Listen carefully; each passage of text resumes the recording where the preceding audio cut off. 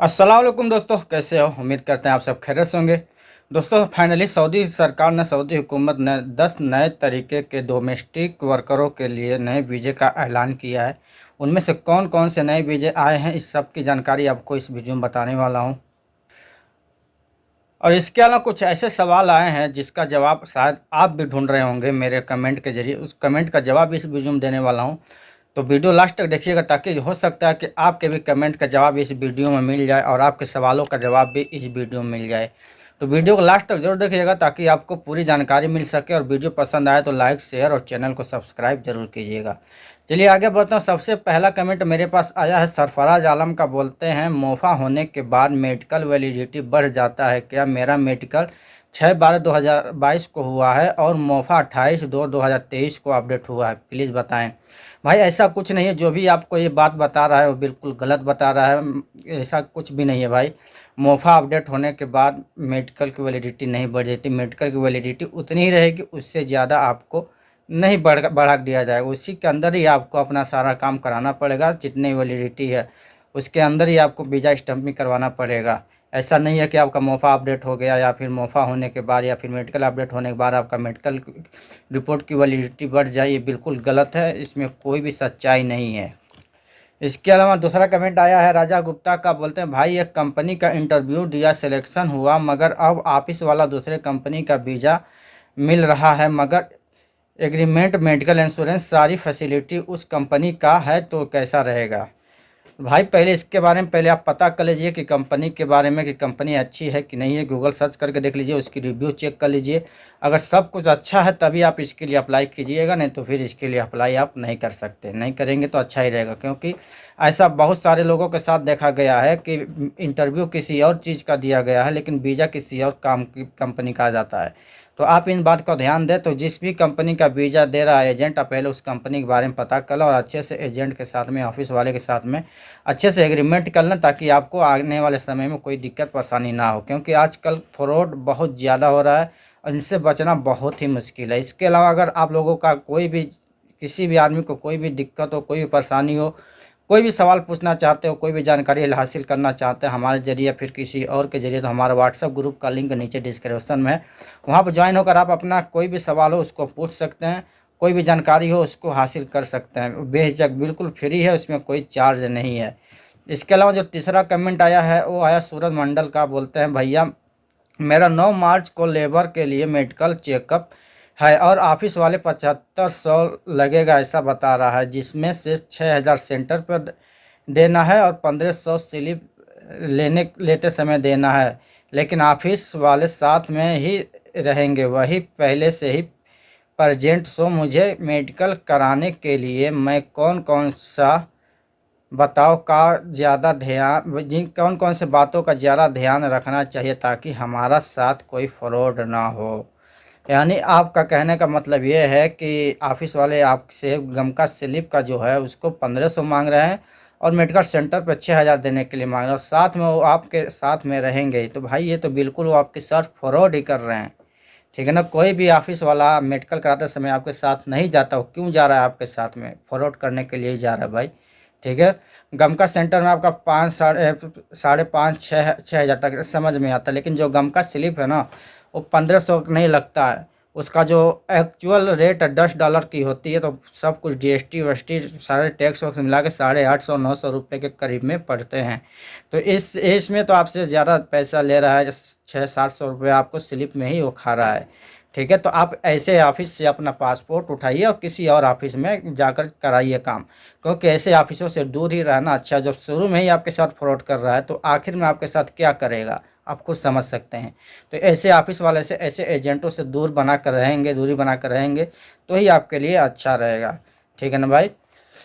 अब आते हैं टॉपिक के ऊपर, जो कि नया वीज़ा जो जारी हुआ है वो कौन कौन से कैटेगरी के वीज़ा हैं और उनमें से आप लोगों का क्या फ़ायदा होगा। जैसा कि आपको पता ही है कि सऊदी हुकूमत हर टाइम कोई ना कोई अपडेट लेकर आती रहती है वर्करों के लिए। और इसके हवाले से 10 नए कैटेगरी का वीज़ा लॉन्च कर रही है, जो घरेलू वर्करों के लिए होगा, डोमेस्टिक वर्करों के लिए, जिनका इकामा 600 साढ़े 600 रियाल में बन जाता है।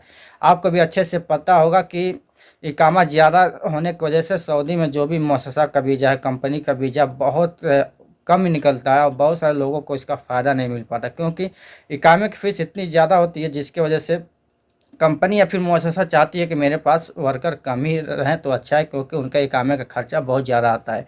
और ऐसे में अगर 10 नए डोमेस्टिक वीज़ा का ऐलान करे हुकूमत, अगर वीज़ा निकालती है, तो इसमें लोगों का फ़ायदा यही होगा कि उनको जो कि सऊदी हैं वो ज़्यादा वीज़ा निकालेंगे अपने घरेलू वर्कर के लिए।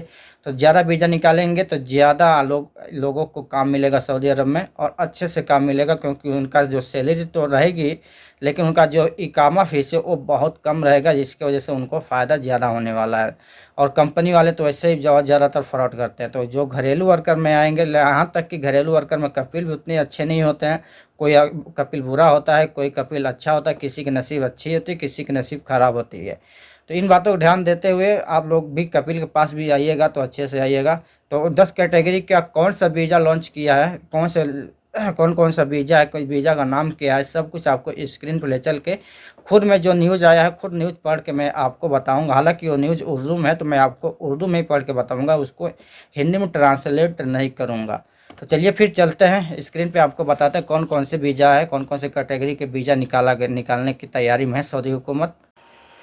इनमें जो वीज़ा निकलने वाला है इसको मैं आपको बता देता हूँ। जो लोग जो 10 कैटेगरी के वीज़ा निकलने वाले हैं उनमें से जो पहला नंबर है, आप देख सकते हैं, इनमें फैमिली खातून ड्राइवर के लिए नया वीज़ा निकलेगा। यानी जो घर में औरतें रहेगी उनके लिए, अगर कोई औरत अगर ड्राइविंग के लिए अप्लाई करना चाहती है तो उनके नाम का भी ये वीज़ा यहाँ पे इशू हो जाएगा। इसके अलावा पर्सनल केयर वर्कर का भी वीज़ा निकलेगा देखभाल के लिए, जो पर्सनल वर्कर के लिए अपने के लिए देखभाल के लिए, उसका भी वीज़ा निकलने वाला है अभी।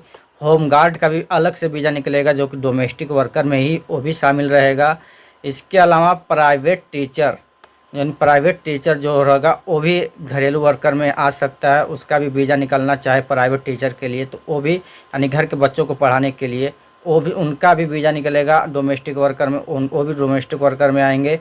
इसके अलावा होम टेलर, यानी जो लोग खास घर के लिए सिलाई करने के लिए मंगाना चाहते हैं, अपना जो वीज़ा निकालना चाहते हैं सऊदी लोग, तो अपने लिए खास टेलर का वीज़ा भी निकाल सकते हैं। उसके लिए होम मैनेजर, यानी घर के लिए जो मैनेजर का काम करेगा, यानी सब घर का जो हिसाब किताब देखेगा, उसके लिए भी एक अलग से वीज़ा निकल जाएगा। जो बहुत बेहतरीन वीज़ा है ये। इसके अलावा होम फार्मर, यानी घर की खेती के लिए, उसका भी वीज़ा निकलेगा जो कि होम फार्मर कैटेगरी में आएगा। इसके अलावा होम कॉफ़ी शॉप, यानी घर के लिए कॉफ़ी बनाने के लिए, उसका भी अलग से वीज़ा निकलेगा जो कि डोमेस्टिक वर्कर के लिए आएगा। बहुत बेहतरीन काम कर रही है सऊदी हुकूमत इस काम पे, ठीक है, बहुत अच्छा काम कर रही है। इसके अलावा जो वीज़ा अगला जो वीज़ा निकलने वाला है वो है पर्सनल असिस्टेंट का, यानी पर्सनल सहायक, यानी पर्सनल देखभाल के लिए, ये भी वीज़ा निकलेगा अभी। और इसके अलावा सपोर्ट वर्कर का भी वीज़ा शामिल है इसमें, यानी सपोर्ट वर्कर का भी आपका वीज़ा निकलेगा, तो भी वीज़ा आएगा किसमें, घरेलू वर्कर में। यानी ये जो 10 जो काम मैंने बताए हैं आपको, ये 10 काम का वीज़ा अभी घरेलू वर्कर के, यानी डोमेस्टिक वर्कर में कपिल अपने नाम से निकाल सकता है, जिसकी फ़ीस बहुत कम रहेगी और बहुत बेहतरीन काम करने वाली है सऊदी हुकूमत। इसके लिए तो मैं तो सऊदी हुकूमत का बहुत बड़ा थैंक्स बोलूँगा, बहुत बड़ा शुक्रिया अदा करूँगा उसका, सऊदी हुकूमत का, जो ये इतना अच्छा काम की कि इतने 10 कैटेगरी के वीज़ा जो है घरेलू वर्करों के लिए निकाल दी, जो कि बहुत कम फ़ीस होती है उनकी, बहुत कम फ़ीस होती है इकामे की। 600 रियाल में उनका इकामा बन जा रहा सालाना का, बस इतना ही खर्चा आता है। इसमें लिए बहुत सारे लोगों की हेल्प होगी, बहुत सारे लोगों का इसमें वीज़ा भी मिलने वाला है। तो वीडियो फ़िलहाल के लिए बस इतना ही, फिर मिलते हैं नेक्स्ट वीडियो में। तब तक के लिए हमें दीजिए इजाज़त, दुआ में याद रखिए, अल्लाह हाफिज़।